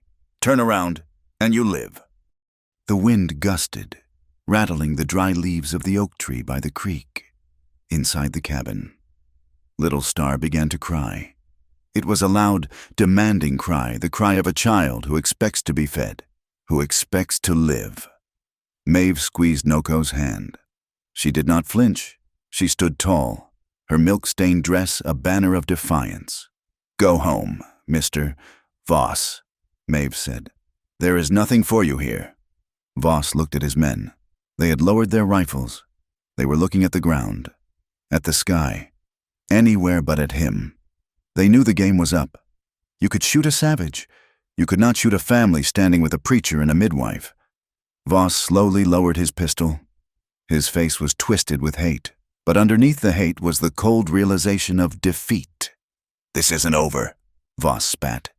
"You think you can play house with a white woman and get away with it? The winter will end. The law will come." "Let it come," Noko said. "We will be here." Voss jammed his gun back into his holster. He yanked his horse's reins so hard the animal reared. "Let's go," he shouted to his men. He wheeled his horse and galloped away, snow and mud flying from the hooves. The posse followed, dissolving from an army back into a cloud of dust. They rode over the ridge and were gone. Noko stood there for a long time, the rifle still in his hand. He watched the dust settle. He listened to the fading thunder of the hooves. Slowly, very slowly, he uncocked the rifle. He set it down on the porch rail. His legs felt weak. The adrenaline was draining away, leaving him hollowed out. He turned to the people on the porch. Reverend Thomas was wiping sweat from his forehead. Silas was grinning, a shaky, relieved grin. But Noko only saw Maeve. She was trembling now, the reaction setting in. She pulled her cloak tight around her again, covering the stains. "They are gone," she whispered. "For now," Noko said. He looked out at the gathering crowd on the ridge, the neighbors who had come to watch, who had seen the truth. He knew the rumors would not stop. He knew life would be difficult. They would be outcasts in many ways, but they were alive. He turned to the crowd, raising his voice so it carried to the fence line. "This is my home," Noko declared. The words rang out like a bell. "This is my child." He looked at Maeve. He reached out and took her hand again. his dark fingers interlacing with her pale ones. He lifted their joined hands slightly. "And she," Noko said, his voice breaking with the weight of his emotion. "If she chooses to stay, she is my family." Maeve looked up at him. Tears were streaming down her face, cutting tracks through the dust. She did not care who saw. She did not care about the scandal or the shame. "I choose," she said, loud enough for the wind to hear. "I choose to stay." She squeezed his hand. It was a grip that said more than any vow. It was a grip that promised to hold on through blizzards and droughts and the long, hard years to come. Noko looked down at their hands, a Comanche warrior and an Irish widow, standing on a porch in the middle of a frozen nowhere. "Come inside," Noko said softly. "The baby is hungry." He opened the door, and they walked back into the warmth, leaving the cold world outside where it belonged. The snow melted slowly that year, retreating into the earth to leave behind a landscape of mud and brown grass. But the siege of the cabin had broken something harder than the ice. The standoff with Harlan Voss had rippled outward from the isolated creek bed, carrying the story of the Comanche widower and the Irish wet nurse into the parlors and saloons of the county. The silence that followed was not the silence of peace, but of a held breath. In the days after the confrontation, the world did not suddenly turn kind. Noko and Maeve rode into the settlement of Cross Creek a week later to trade for seed corn. The reception was a strange tapestry of averted gazes and begrudging nods. When Maeve walked onto the boardwalk, clutching her shawl tight against the damp wind, she saw Mrs. Gable and the baker's wife standing outside the millinery. Maeve hesitated. Her instinct, honed by a lifetime of knowing her place as a poor immigrant woman, was to step into the mud and lower her head. She felt the heat of their judgment, the whispered words, savage lover and fallen woman, that had been circulating like bad coins. Then she felt a presence on her shoulder. Noko did not touch her, but he stood close enough that his shadow fell over hers. He was looking at the horizon, his face impassive, but his stillness was a fortification. Maeve lifted her chin. She did not step into the mud. She walked past the women on the planks, the heels of her boots ringing out a clear, sharp rhythm. "Good morning, ladies," Maeve said. Her voice did not tremble. The women did not answer. "Mrs." Gable turned her back with a rustle of stiff taffeta, pulling her skirts away as if Maeve carried a contagion. It was a slap in the face, sharp and deliberate. Maeve flinched, a flash of pink rising in her cheeks. But she kept walking. She bought her yarn. She bought a small bag of peppermint sticks for the neighbor's boy who had watched their horses during the standoff. She did not run. When they returned to the wagon, Noko loaded the corn in silence. He handed her up to the seat, his hand lingering for a second on her elbow. "They cannot take your dignity," Noko said quietly, "unless you give it to them." "It hurts," Maeve admitted, looking at her hands. "To be seen as something dirty." "The wolf does not care what the sheep think of him," Noko said, climbing up beside her. "He only cares that his pack is fed." It was a small shift, but a seismic one. Maeve realized she was no longer auditioning for the approval of a society that had left her to die in the snow. She belonged to a different tribe now, a tribe of two. Back at the cabin, Noko began to work with a fervor that frightened the ghosts away. For months, since Atsina died, he had lived like a man waiting for the end. He had done only what was necessary to survive the day. Now, he began to build for tomorrow. He felled 2 cedar trees near the creek break. He spent days stripping the bark, the smell of resin sharp and clean in the air. He repaired the corral fence, replacing the rotting posts with fresh, strong timber. He climbed onto the roof and patched the leaks where the melting snow had dripped through, layering sod and clay until the cabin was tight and dry. Maeve watched him from the doorway while she churned butter from the goat's milk, a trick she had learned from Mrs. Henderson. She saw the way Noko's muscles moved beneath his shirt, the easy, fluid grace of a man reclaiming his domain. He was no longer the exile. He was the builder. One evening, he came in carrying a pile of smooth, sanded walnut wood. He sat by the fire and began to fit the pieces together. He used no nails for this, only complex joinery that held tight. "What is that?" Maeve asked. Little Star was asleep at her breast, the soft sounds of nursing filling the quiet. "A cradle," Noko said without looking up. "The cradle board is good for travel, but she needs a bed for the house. A bed that rocks." Maeve watched him work.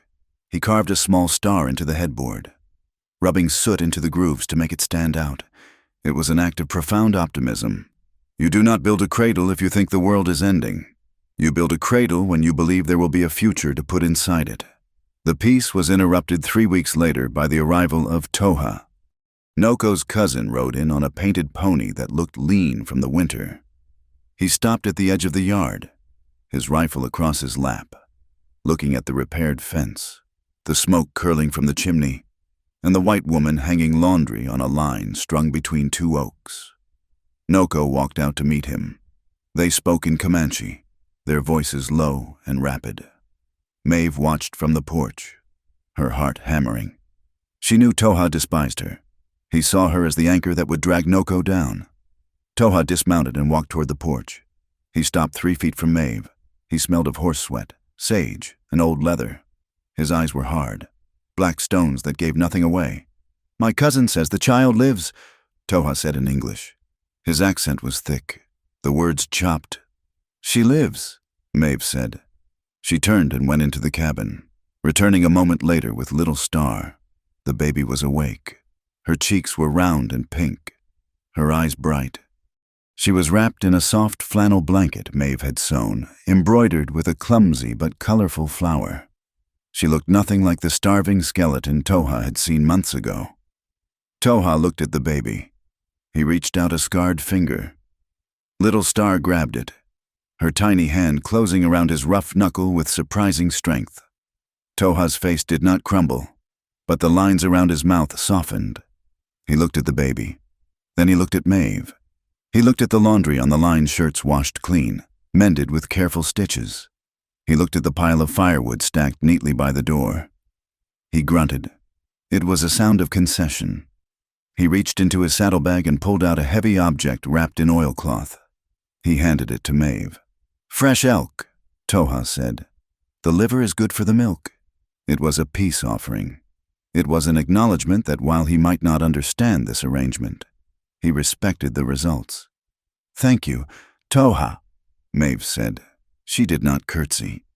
She nodded to him as an equal. Toha turned to Noko. "The white men talk in the trade tents. They say you faced Voss down. They say the woman showed her teeth." Toha looked at Maeve again, a flicker of amusement in his eyes. "A mother wolf is dangerous. Maybe she is not so white on the inside." He stayed for dinner. He did not sleep under their roof. That was too much of a breach of tradition, but he slept in the barn. When he rode out the next morning, he left a small pouch of dried sage tied to the gatepost, a blessing. The days lengthened. The grass turned a brilliant, violent green. But with the spring came new lessons. Maeve learned that the prairie did not forgive mistakes. She learned that lighting a fire in the wind required a specific architecture of kindling, shielding the flame with her body until the heat caught. Noko taught her without words, simply showing her once, then letting her try. She learned to identify the plants growing along the creek. She learned that willow bark tea soothed the baby's teething pain, and that the roots of the soapweed could clean wool better than any store-bought lye. She also learned the language of the house. She began to hum the Comanche lullabies she heard Noko sing.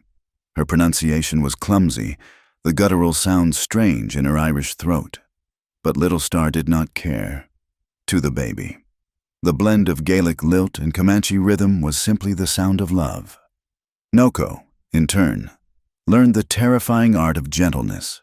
He had spent his life training to be hard, to draw a bow until the wood groaned, to ride until the horse lathered. But holding a sleeping infant required a surrender of strength. He learned to relax his shoulders, to let his breathing synchronize with the baby's shallow puffs of air. He learned to listen to Maeve. One night, a thunderstorm rolled in from the west, violent and loud. The thunder shook the cabin walls. Maeve woke up screaming. She was back in the darkness of the creek bed, the cold eating her alive. Noko was at her bedside for a second. He did not shake her. He knelt by the bed and placed his large hand over hers. "You are here," he said, his voice cutting through the panic. "The fire is lit. The door is barred." Maeve sat up, gasping, sweat plastering her hair to her forehead. I thought I lost her again." "You did not," Noko said. "Look." He pointed to the cradle. Little Star was sleeping through the storm, secure in the walnut bed Noko had built. Maeve slumped back against the pillows. "I'm scared. Noko, sometimes I think happiness is a trick, that God is waiting to snatch it back." Noko sat on the floor, resting his back against the bed frame. "I am afraid too," he said into the darkness. Maeve looked down at him.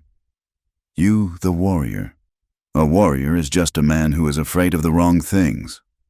Noko said, "I used to be afraid of losing my honor. Now I am afraid of the silence. If you and the child were gone, the silence would be too loud." It was the most he had ever spoken of his heart.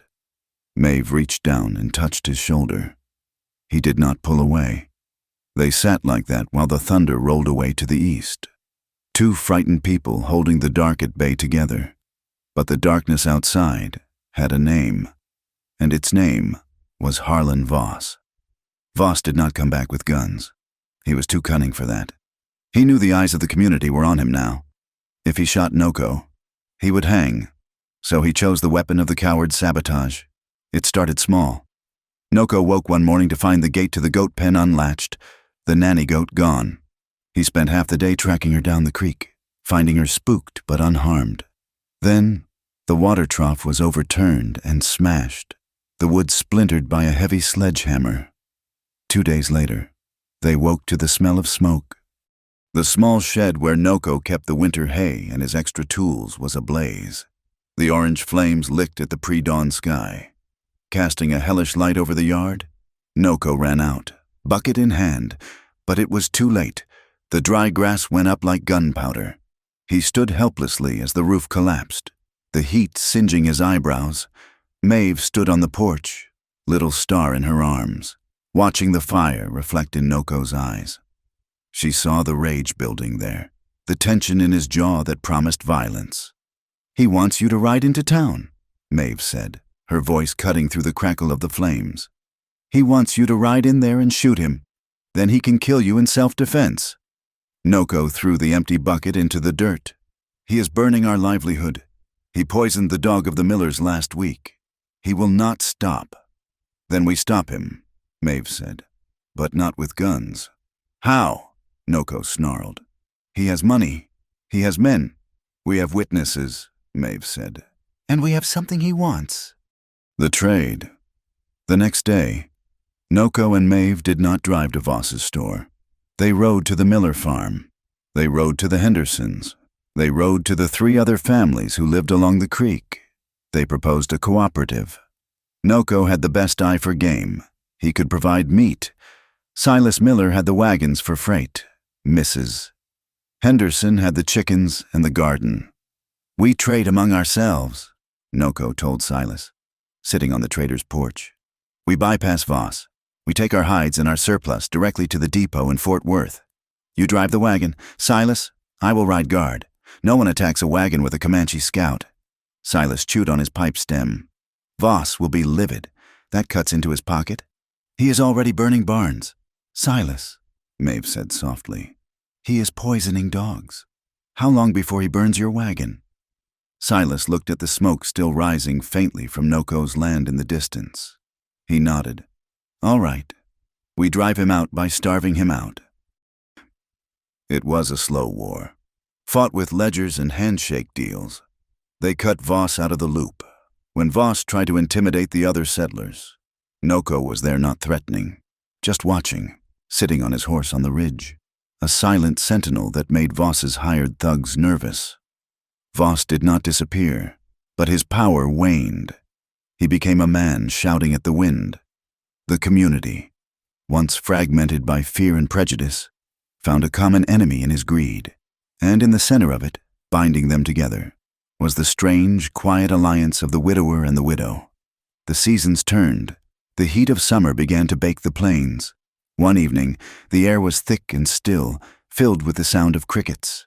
The baby was asleep in her cradle, the rhythm of her breathing a soft metronome in the room. Noko and Maeve sat on the porch, watching the fireflies dance over the creek. They had eaten a supper of stewed rabbit and wild onions. They were tired. The good, heavy tiredness of honest work. Noko was whittling a piece of ash wood, shaping it into a toy horse. Maeve was mending a tear in his shirt, the needle flashing in the twilight. "The roof held in the rain yesterday," Maeve said. "It is good cedar," Noko replied. "The garden is coming up," she continued. "The beans are strong. We will have enough for winter," Noko said. They fell silent. It was a silence that didn't need to be filled. It was the comfort of two people who knew the shape of each other's souls. Noko stopped whittling. He looked at Maeve. The fading light softened the lines of worry on her face. She looked younger, her skin bronzed by the sun, her hands rougher but stronger. "You could have left," Noko said suddenly. "After the fire, you could have taken the baby and gone to the fort. It would have been safer." Maeve set the sewing down in her lap. She looked at him. "Safe is not the same as home, Noko." "This is a hard life," Noko said. "I am a hard man to be with. I have ghosts." "We all have ghosts," Maeve said. She reached out and took the wood carving from his hand, setting it on the rail. Then she took his hand. "But ghosts do not keep you warm at night." Noko looked at her hand. He traced the calluses on her palm with his thumb. He remembered the first night she had come, a terrified creature in the snow. He remembered the way she had bared her breast to the posse, fierce as a lioness. "I do not have much to give," Noko said, his voice rough. "My land is small. My name is hated by many. You gave me my life back," Maeve whispered. "You gave me a purpose, and you gave me—" She paused, her eyes searching for him. "You gave me the right to be a mother again." Noko leaned forward. The distance between them on the bench seemed to vanish. He could smell the aroma of soap and sage that was always on her now. "Maeve," he said. It was not a question, but an invitation. She leaned in to meet him. The kiss was not like the storms that swept the prairie. It was not violent or desperate. It was slow. It was the meeting of two travelers who had walked a long, lonely road and finally found a place to rest. Noko's hand came up to cup her cheek, his fingers gentle against her jaw. Maeve sighed, a sound of tension leaving her body, and pressed closer to him. It was a kiss that tasted of smoke and survival. It was a seal on a contract that had been written in milk and blood months ago. When they pulled apart, the night had fully fallen. The stars were out, vast and indifferent overhead. But on the porch, in the circle of their own making, there was warmth. "I am not going anywhere, Noko," Maeve said softly. "I know," Noko said. He put his arm around her shoulders, pulling her against his side. "I know." They sat there for a long time, watching the moon rise over the land they had fought for. They knew winter would come again. They knew Voss would still be there, plotting in the dark. They knew the world would never fully understand them. But as Noko felt the steady beat of Maeve's heart against his ribs, he knew one other thing. Love was not a lightning bolt from the sky. It was the wood you chopped. It was the water you carried. It was the choice, made every single morning, to stay. And they had chosen. 3 years is a long time on the open prairie. It is enough time for the buffalo grass to reclaim a wagon trail. It is enough time for a colt to become a stallion. And it is enough time for a sapling to take root in the hard, unforgiving earth. The cottonwood tree was young, its trunk no thicker than a man's wrist, but it stood straight against the relentless wind. Noko had dug the hole deep, cutting through the clay and rock until he found the damp soil beneath. He had carried water from the creek, bucket after heavy bucket, through the scorching heat of 2 summers to ensure it lived. Now, the leaves were a vibrant, shimmering green, rustling like silk in the afternoon breeze. "Higher, Papa, higher," The voice was high and clear, cutting through the lowing of the cattle in the distance. Noko stood by the fence, a smile creasing the corners of his eyes. He lifted the little girl above his head. Little Star was 3 years old, and she was a creature of wind and sunshine. Her hair was black as a raven's wing, thick and unruly, falling over a dress made of calico that Maeve had sewn on her feet. She wore beaded moccasins that Toha had brought from the reservation. She was the bridge between two worlds, and she did not know she was supposed to be a tragedy. To the world, she was a half-blood orphan. To Noko, she was the center of the universe. "You are too heavy," Noko teased, bringing her down and settling her on his hip. "You have been eating too much cornbread. Mama makes the best bread," Little Star declared with absolute certainty. Noko looked toward the cabin. The structure had changed. It was no longer the drafty, desperate shack where he had almost waited to death. It had a new room added to the west side, built of sturdy cedar logs. There was a porch with a swing. There were flower boxes under the windows, filled with hardy purple verbena and wild sage. Maeve was sitting on the porch, shelling peas into a metal bowl. She watched them, her hand resting absent-mindedly on the swell of her stomach. She was 6 months pregnant. The sight of her still struck Noko with a force that made his breath catch. She was no longer the pale, terrified ghost who had stumbled out of the blizzard. The sun had dusted her skin with freckles and turned her copper hair into a blaze of gold. She looked solid. She looked like she belonged to the land as much as the mesquite trees did. Noko walked to the porch, Little Star wiggling to get down. He set the child loose, and she ran to the new cottonwood tree, talking to it as if it were a friend. "She has energy today," Noko said, sitting on the step near Maeve's feet. "She takes after her father," Maeve said, smiling. She handed him a pea pod. "She has your stubbornness. Noko, I tried to put shoes on her this morning, real leather shoes for the church gathering, and she threw them in the water trough." Noko chuckled. "Moccasins are quieter. She wants to sneak up on the rabbits." He reached out and placed his hand on her stomach. The baby inside kicked against his palm, a strong, assertive movement. "And this one?" Noko asked. "Another runner." "A boxer, I think," Maeve replied. "He or she has been fighting my ribs all morning." They sat in the companionable silence of a long marriage. Though they had no paper from a courthouse, the community knew. The circuit preacher, Reverend Thomas, had blessed them in the front yard one spring morning, with only the wind and the Hendersons as witnesses.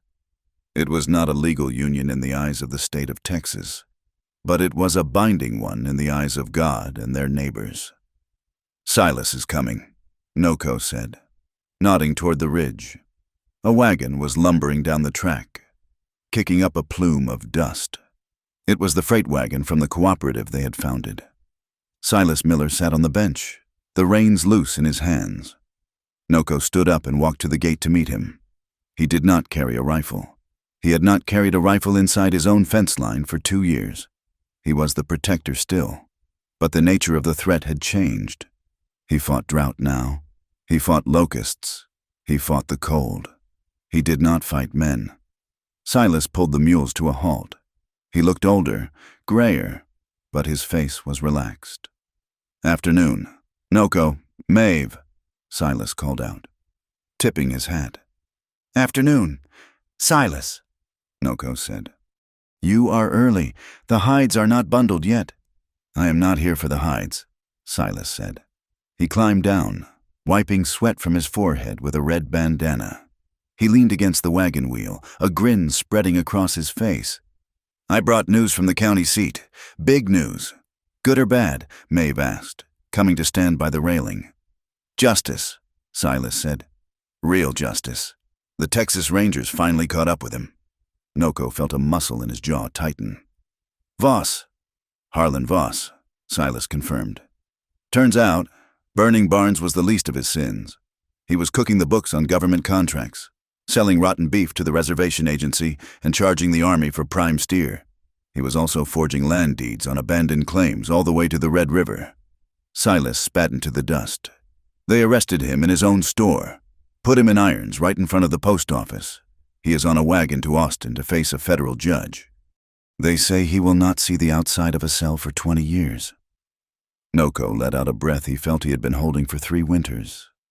Voss had been a shadow on their lives, a lingering threat of malice. Even after his power had waned, he was still there, like a wolf circling the firelight. "No shooting?" Noko asked. "Not a shot fired." Silas laughed. "Just a man in a suit with a ledger and a warrant." Voss tried to bluster, tried to say he was a pillar of the community. The ranger just looked at him and said, "Mr. Voss, a pillar holds things up. You just weigh things down." Maeve walked down the steps. She put her hand on Noko's arm.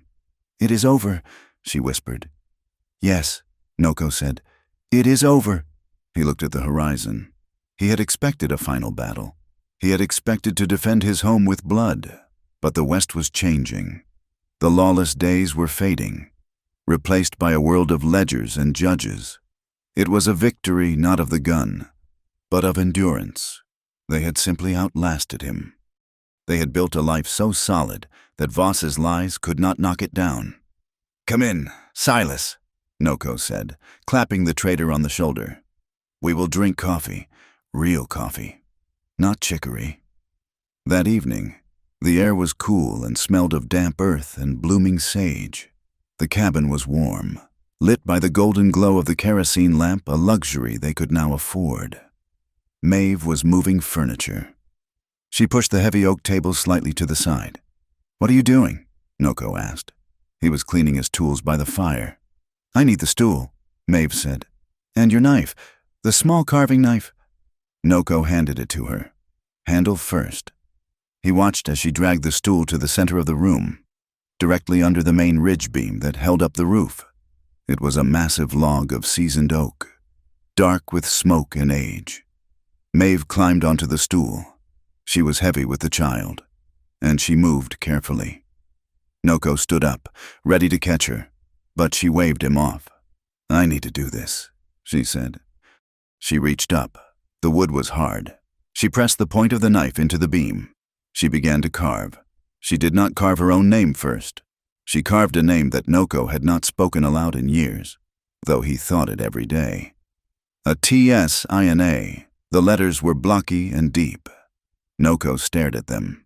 He felt a lump form in his throat, thick and painful. He had never asked Maeve to do this. He had never expected her to acknowledge the ghost that lived in the corners of this house. "She built the foundation," Maeve said softly, not looking down, blowing the wood chips away. "She gave her life for Little Star. She belongs here, on the roof that shelters her daughter." Noko could not speak. He merely nodded. Next to it, Maeve carved a second name, Littlestar, and then, leaving a space, she carved her own, Maeve. She lowered the knife. She looked at the 3 names cut into the wood. The past, the present, and the future. They were not competing. They were resting side by side. "There is room," Maeve said, looking down at Noko. "There is room for all of us. Love is not a pie. Noko, you do not run out of it if you give a slice to the dead." Noko reached up and lifted her down from the stool. He held her for a moment, his face buried in the crook of her neck. He smelled the soap and the wood smoke and the woman. "You are a good woman. Maeve O'Rourke," he whispered. "I'm a Taka," she corrected him gently. "In everything but the paper." "Then you are a good woman. Maeve Taka." Later that night, it was time for stories. This was their ritual. Little Star sat on the buffalo rug before the fire, her eyes wide, fighting sleep. "Tell me a story, Papa," she demanded. Noko sat in his chair. He looked at his daughter. He wanted her to know who she was. He wanted her to know she came from a line of people who did not break. "I will tell you about the Wind Rider," Noko said. "She was a woman of the Kwahati people. She could ride faster than any warrior. One day, the soldiers came, and the horses were scattered. The people were afraid, but the Wind Rider did not hide. She ran into the canyon, calling the horses with a song only she knew. She brought them back through the storm of arrows. She was brave. Little Star. She had a heart like a drum." "What was her name?" Little Star asked, though she knew the answer. Her name was Atsina, Noko said softly. She was your mother. Little Star smiled. It was a story she loved. It made her feel strong. Now you, Mama, Little Star said. Turning to Maeve, Maeve sat in the rocking chair, her hands resting on her belly. Her face was soft in the firelight. I will tell you about the boy who became a star, Maeve said. Her voice had the lilt of the old country, a song in itself. Once, there was a little boy who was very small and very loved. He could not stay in this world because his spirit was too bright. It needed to be up in the sky to help the sailors find their way home. So he went up, up, up. And every night, when you look out the window, that bright star next to the moon, that is him. He is blinking at us. He is saying, I am safe, Mama. I am watching over you. Is he my brother? Little Star asked. He is your brother, Maeve said. And he loves you very much. Noko watched them. He saw the way the stories wove together. Atsina was courageous. The lost baby was guidance. And they, the living, were the vessel that held it all. He realized then that he had not been assimilated. He had not become a white man. Nor had he remained the Comanche warrior of his youth. He had become something new. He was a keeper of the fire. He was a man who built fences not to keep people out, but to keep what mattered. He was a father. Later, when Little Star was asleep in the walnut cradle, and the fire had burned down to a bed of glowing coals, Noko went to the door. He opened it and stepped out onto the porch. The night was vast. The Milky Way was a river of crushed diamonds spilled across the black sky. The wind was blowing, as it always did in North Texas. It rushed through the dried grass, a sound like the ocean, wild and untamed. It rattled the leaves of the young cottonwood tree. The wind was the same wind that had tried to kill them 3 years ago. It was the same wind that had frozen Maeve's tears and bitten through Noko's buckskins. It was cold and indifferent. But Noko did not feel the cold. He looked back through the open doorway. The golden light spilled out onto the porch planks. Inside, he could see Maeve sitting by the fire, sewing a patch onto his shirt. He could hear the soft, rhythmic breathing of his daughter. He could see the sturdy walls of cedar and oak that held the roof up against the sky. Freedom, he realized, was not riding alone across the plains with a rifle across your saddle. That was just solitude. Freedom was the ability to open the door to a stranger in a storm. Freedom was the courage to love someone the world told you to hate. Freedom was planting a tree in dry land and believing, against all odds, that it would grow. Are you coming in? Maeve called softly from the room. The coffee is hot. Noko smiled at the darkness. I am coming, he said. He stepped back inside and closed the door. The latch clicked into place, shutting out the wind, shutting out the judgment of the world, shutting out the cold. Inside, the fire crackled. The house was warm, and for the first time in 100 years, the silence was perfect. Thank you for listening to this story of the American West. It has been a long journey from the snowy night in the cabin to the warmth of this family's future. I would love to hear from you. Please leave a comment below telling me where you are listening from. I am always amazed to see how far these stories travel across the plains of the world. If you enjoyed the tale of Noko and Maeve, please consider subscribing to my channel, Wild West Tales. Hit the like button to help keep the fire burning. If you are feeling generous, press the hype button to help this story reach more listeners. Until the next campfire, stay warm.